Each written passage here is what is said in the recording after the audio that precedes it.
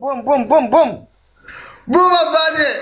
Tokkummaa boca joobi raagi gamma sirri laali ni mul'ata sheekh as qabi haa mul'atu mul'isi oggute sheekh rabbi si haa mul'isu nu mul'isi jimaa nu mul'isi Aska. kunoola haati manaa bira jirti jimaan bira jira inni sheekha haraami halaali haadha roo kunoolaan haati manaa ni qaba si haayattee xuffattee deessi inni ilmi rabbii qaree jira imamaa birraa qaba barcaasaa coratee ija bana godhuu deema haati manaa maddiin deessi hojaa dhaabdee inni ciqilfatee jimaatti jira du'aa godhatti.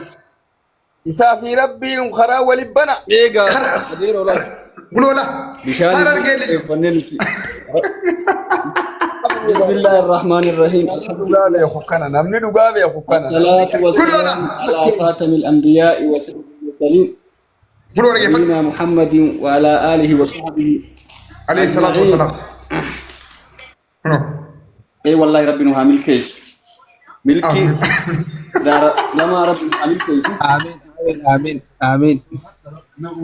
Wallahi jechuun waan gootan gaama waan gootan waan isiniin jedhe jimaan du'aa'if goona beeyta gaa jimaan akkanumatti zimbaluus laa amma kabajaa irraa fuudhanii jiranii beeyta iyyaalli baraandaa jala taa'ee ka namni gaa ittiin hin dalayne ka du'aa ittiin goone meeshaa du'aa'itti beeyta isin Dhugaadha. isin meeshaa du'aa'itti. Wallahi dhugaa namni harargee keessa dhaqee hin beekne beektaa hedduun nama sheekni sun amma viidiyoo na jalaa gubate malee bakka hedduu wajjin deemnee turrelleedha hin beeka jechuudha. Dr. Kamaal Tilmoollee waliin deemne viidiyoo arguun ooltan jedhee yaada. Ganda isaaniillee waliin dhaqnee quraanillee waliin nama gaarii namni sun beekta.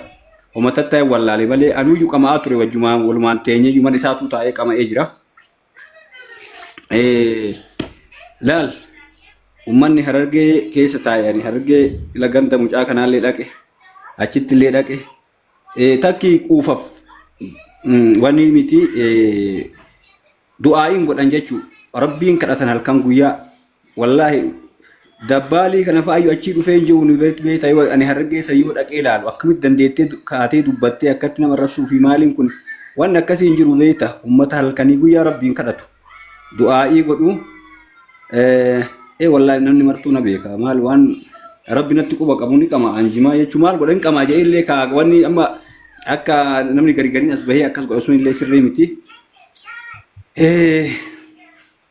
waan nama gootu akka hin qabdu jimaan taa'anii tumaan yeroo harargee keessa dhaqu ummanni harargee masjidatti haa ta'u sallafee na eegee jimaa naa kennee bakka hundatti gaafa Dogo dhaqus gaafa dogo'ee gaafa malkaa arbaamoo dhaqullee gaafa mojoon dhaqullee gaafa gobeellee keessa deemullee gara mul'ataa kana cinaasanillee saniiti garuu waan tattaa wallaalee malee akkanumaan namni tarii durriyyee wanni arguun malaa beektaa nama tokkotu jimaa tanallee maqaa balleessee jimaa akkanumatti hin qama'anii bakkuma argatanitti illee hin qama'anii gurbaa qaqqabe sagalee.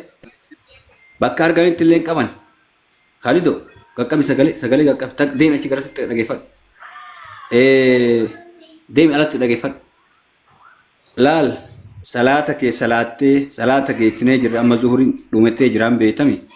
Barcaa jedhama amma sa'a kanaan booda teessee namaan haasa'uuf afaan kaayattee hin qamaa jedhanillee namatti as bahullee gaarii miti. Kanallee mul'isuu miti. Abbaan qame haa qamu. Sanii jecha ebaluu akkas jee jechaaf wanni dhoggamu takka illee hin jirtu. Akkuma sheekotiin ucaa deemi mana san taa'e abbaan fedhe waan fedhe haa dubbatu namni bakka tokkotti isinii himaanii biyya takka keessatti kanaan dura boqqoolloon haraamaa nama jee jira gaaf tokko rabbiin rahmataa godhuu fi boqqoolloo nyaatunuu haraamaa jedha namni gargariin maaliif akkas jettee jennaan akka namni ittiin fayyadamne namni gariin fedhii isaa jalallee deema. Fedhii isaa jala deema. Kanaaf ani akka Ahmaditti jimaan haraamaa miti. Jimaa waa takkallee waan takka hin qabdu. Mee maal qabamuu inni kunam? Muka rabbi magarsee jechuudha. Homaa ofirraa hin qabu. Wanni inni nama godhullee takkallee hin jiru. Kanaan durallee maqaaqaa turan warri akkana jedhullee durillee jira. Durillee ima jira. Ana akkuma yoo sanitti wallahi isheen sun maal tattanii illee naan galle. Nama xurraa qarratsee sagalee irratti waraabemoo anaanuu naan hin jenne jechuudha. Waliin deemee an guyyaa lama sadii wajjin deemne karaa deemne ani jimaa bitadheetu maan qama. Maa qamaata hin jenne. Akkam ta'anii maa Ahmad Dr. Ahmad Ambay sinuma qabatanii me sirrumatti jimaa tolchitanii too qabatanii me. Wallahi billah. Me maal suqara Ni qama. ismu dhugaa rabbii sana amma waan sanaan akkuma dhuunfaa keetiitti amma gaa namni waan fedhe haasawaa amma waan biraatii miti shaanawaari si as jiru suuraa isaallee niin kaasa dhiifama kabaja keetiif hin kaasa maal jee shaanawaari beektaa namni jimaa qama'u haadha manaati fedhii guutuu hin danda'u je jala mureetuma jeeshee xiqqoolee hin qaanfanne beektaa waan sadiif xiqqoomallee itti ulfaanne beektaa xiqqoomallee saalfanne beektaa anamma abbaan kiyya karaa qobar zalaa kaatee agarte sun lulluuqatee na dhalche anamma abbaan kiyya qamee na dhalche abbaan kiyya anis qameetiin dhalche amma ilma harargeen guutuun ati agartu sun baay'ee harargee miti jimma keessa Arsii keessa Oromiyaa Itoophiyaa guutuu inumaa huu addunyaarra fakkeenyaaf amma biyya faranjii kana ijoollee biyya Awustiraaliyaa keessa jirtuun sii bida amma Ameerikaa keessatti jimaa ni qaba Awustiraaliyaa biyya Arabaa Saudii fi bakka hunda keessa seenee jira amma jiban alamni duniyaarraa dilli kuni yoo dubartiidhaaf fedhii guutuu hin dandeenye nama dhufee wajjii rafee fi jiramoo dooktaraan lilmeedhaaf finjaan dhiiraa waraabee fidee dubartoota kana diree dhalchiise moo mee rabbiin sun sodaadhu sheeyana waar guddina akkasii qabaatee maqaa akkasii qabaatee ilmi akkasii osoo irratti eegnu gaafa waan akkasii jedhu akkamii yaadee jecha namni namaa jecha amma dhugaa rabbi dubbatu jimaan jimaa haraaran jee magara haraara moo haraama koy tokkummaa koy haraaran jimaa haraaran jimaa haraara bunaan geettu paawariin isiitu fakkeenya jimaa dhiisuu dandeessa beeta buna yoo dhugin buna yoo ganama baratte buna dandeessee dhiiftu dhugaa dubbatuuf jimaa qabaatellee dhiiftellee homa takka tuma xiqqoo si mirqaansitti malee akkuma bunaati gaafa akkas jenne bunatu irra haraaraa qabaayyuu haraarallee taate malee namni takki uf wallaalee jijjiiramni wayii jimaa jecha namatti dhufu takka gonkumaan jiru yoo dhukkuba namni qabaate malee abbaan sun dhukkuba biraa yoo qabaate hin beeku nama fakkeenya dhukkuba qabaatuun malaa mire namni gariin kam akkanuma maraata jira akkanuma maraate yoo taate malee jimaan jijjiiramni isiin fiddu takka sammuu namaatti gonkumaan agareen waan takka yoo ittiin xiqqoo hirriba taa'ee namaan haasayaa nama fakkeenya ni qama'a gaafa amma kalee yoo fedhe torban tokkoon qabu yoo fedhe guyyaa du'aayii godhadhee gattaa'ee du'aayii godhadhee maatii kiyya wajjin taa'ee jimaa afaan kaadha. Akka nuti beeknutti meeshaa du'aa'iiti. Waa laaltaa waan tokko xiinxalitaanii hangara kiyyatti ani wallaahi billaa yoo akkanumaan dubbii ho'isu taate malee jimaa waan guddaa wahiiti miti. Ammallee akkuma argitu baala qulqulluu bahe malee wanni. Yaaboo sanuu ati jimaallee jimaa lubbuu qabu ni ooyiruudhaa guuramoo magaalaa hima kun. Oowwaa fakkaata. Oowwaa keessaa qaban ufumaa qabna.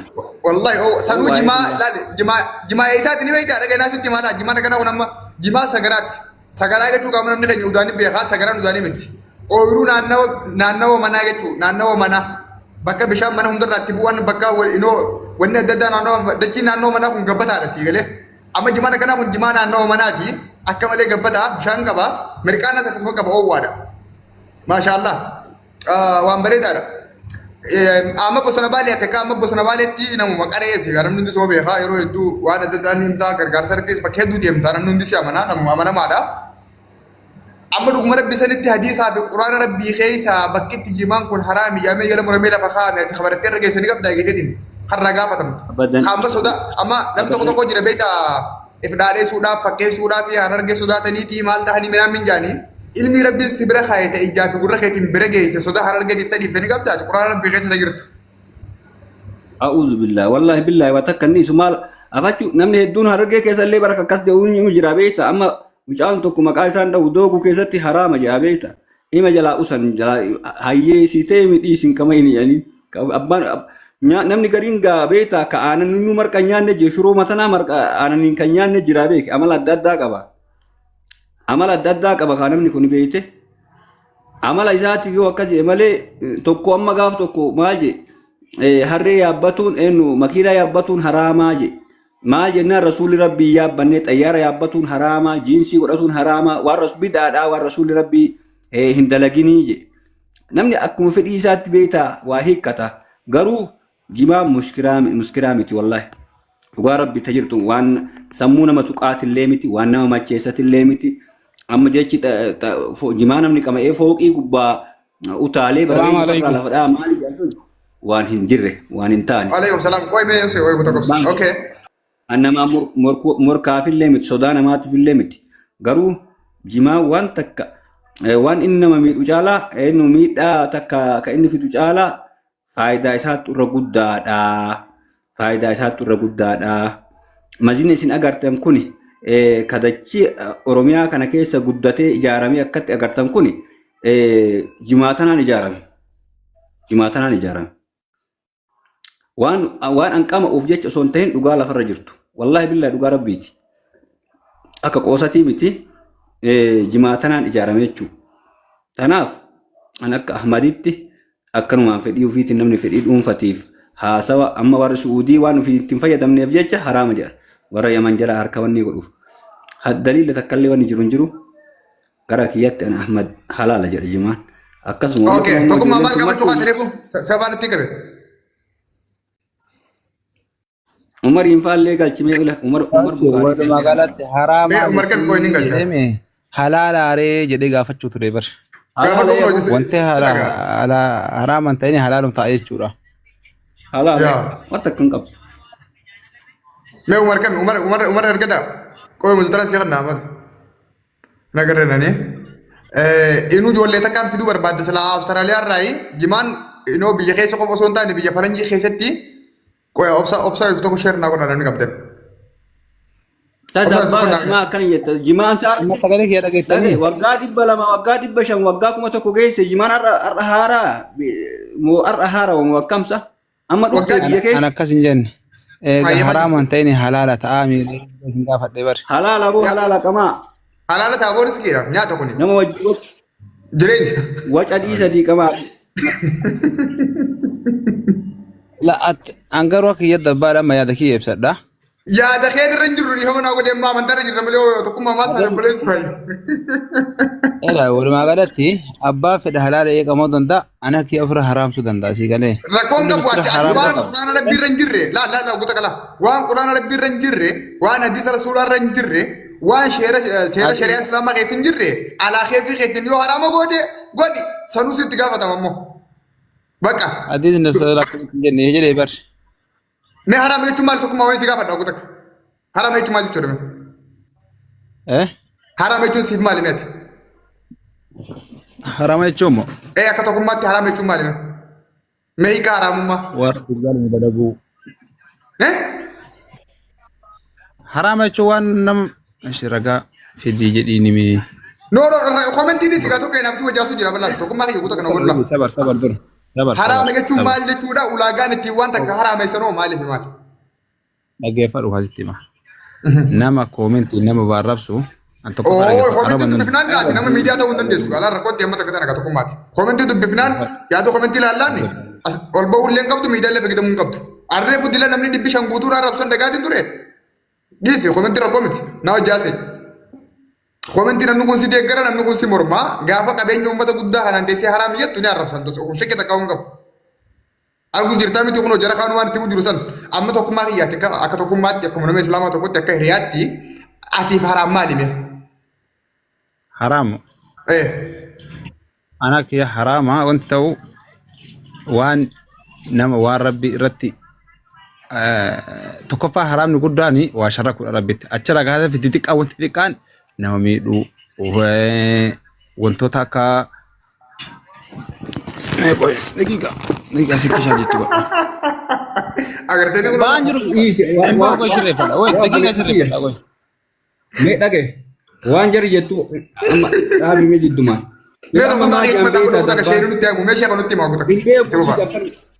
argee dhiisa amma argee dhiisi bakka inni waan dubbachuu jedhu waan dhagee inni kullu muskirin haraam jedha rasuuli rabbiin walumaa galatti wanni nama macheessa Nama macheessa jechuun gartee nama meeqa mee machaadhaan machaadhaan.